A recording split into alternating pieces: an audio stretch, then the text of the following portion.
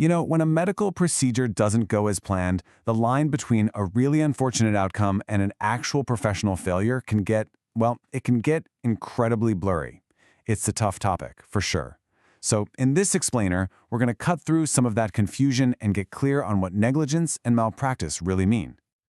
Right. So this is the big question, isn't it? When does a sad situation turn into something more, something that requires legal accountability? We all know that bad things can happen, and it's not always someone's fault. But sometimes it is. So the real trick is figuring out how the system tells the difference. Let's dive in.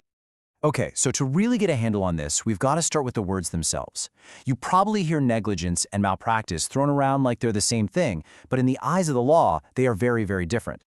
The easiest way to think about it is like this. Negligence is a huge umbrella term.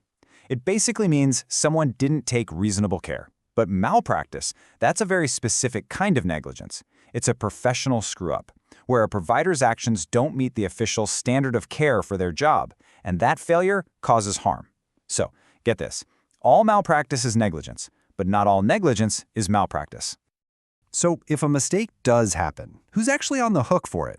It's really tempting to just point the finger at one doctor or one nurse, but the web of legal responsibility, it can spread out way more than you might think.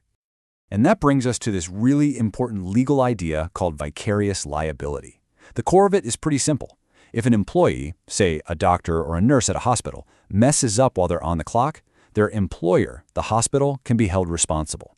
This takes accountability beyond just the person and puts it on the institution itself. Okay, so this is where people can get a little mixed up. Vicarious liability isn't just some general right to sue, and it usually means the hospital is on the hook for its staff, not necessarily that a doctor is responsible for a nurse's actions. That falls on the employer. But here's the most important part. An institution is never responsible for all bad outcomes. Nope, only for the ones that are proven to be caused by negligence. So, we've talked about who can be responsible. Now let's get into what they can be responsible for. Because negligence isn't always about doing something wrong. Sometimes it's about not doing anything at all. A perfect example of this is a missed diagnosis. Just look at this quote. Not catching a serious condition in time isn't just a simple mistake. If that delay causes real harm, it can be a textbook case of malpractice. Why? Because the standard of care says a competent professional in that same situation should have caught it. So yeah, what happens when the damage isn't from a bad action, but from a total lack of action? Well, the law actually has specific words to describe these different kinds of failures. All right, let's break these down. First, you have nonfeasance. That's just a failure to act when you were supposed to. Then there's misfeasance. That's when you do what you're supposed to do, but you do it wrong, like a careless surgery. And finally, you have malfeasance, which is the worst of the bunch. That's doing something completely illegal or wrongful. Each one is a different shade of professional failure.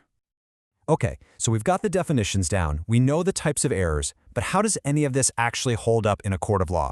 It's not enough to just feel like something went wrong.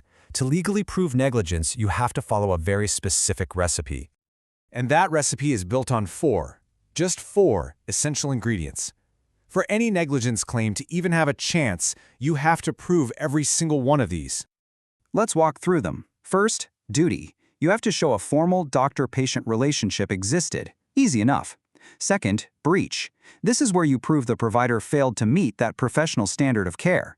Third, causation. This is the big one. You have to draw a direct line showing that the breach and nothing else caused the injury. And finally, fourth, harm.